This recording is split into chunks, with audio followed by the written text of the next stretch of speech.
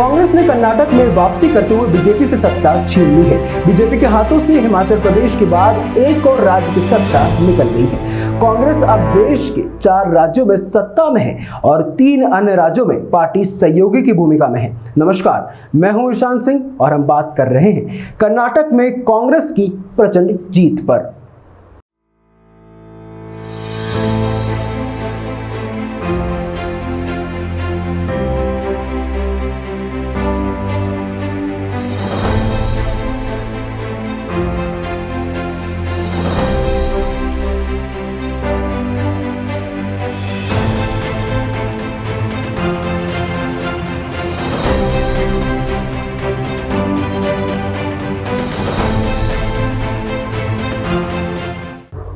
कर्नाटक विधानसभा चुनाव में कांग्रेस ने स्पष्ट बहुमत के साथ सत्ता में वापसी की है।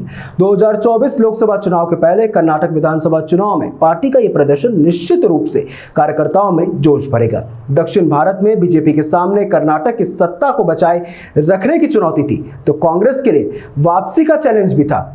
बसवराज बोम्मई के सहारे बीजेपी ने अपनी सत्ता को बरकरार रखने की पूरी कोशिश की, जबकि कांग्रेस डी के शिव कुमार सिद्धरमैया की जोड़ी को आगे कर सत्ता में वापसी की कोशिश में लगी थी। कर्नाटक उन राज्यों में शुमार है जहां पर 5 साल पर सरकार बदल जाती है। कर्नाटक में सिलसिला 1985 से चल रहा है। यहां की जनता 5 साल एक पार्टी को तो अगले चुनाव में दूसरी पार्टी को मौका देती है। इस बार भी कर्नाटक की जनता बीजेपी के साथ यही सिलसिला दोहराते हुए पार्टी को दूसरा मौका देने के मूड में नहीं दिखी।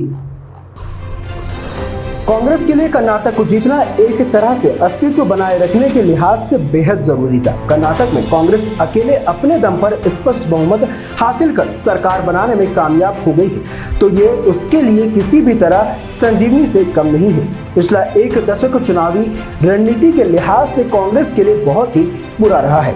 इस दौरान कांग्रेस को चुनाव पर दर चुनाव हार का सामना करना पड़ा था। 2014 और 2019 लोकसभा चुनाव में कांग्रेस का प्रदर्शन बहुत ही खराब रहा था। इसके साथ यदि इस दौरान हिमाचल, छत्तीसगढ़ और राजस्थान को छोड़ दे तो पार्टी को कई राज्यों में हार का सामना करना पड़ा था। अब हिमाचल प्रदेश, छत्तीसगढ़, राजस्थान और कर्नाटक में कांग्रेस की अपने दम पर सरकार है, तो वहीं तमिलनाडु, बिहार, झारखंड और महाराष्ट्र में कांग्रेस अभी गठबंधन सरकार में सहयोगी की भूमिका में है। कर्नाटक की सत्ता पर काबिज होने से कांग्रेस को 2024 के आम चुनाव के लिए रणनीति बनाने के लिहाज से भी फायदा होगा।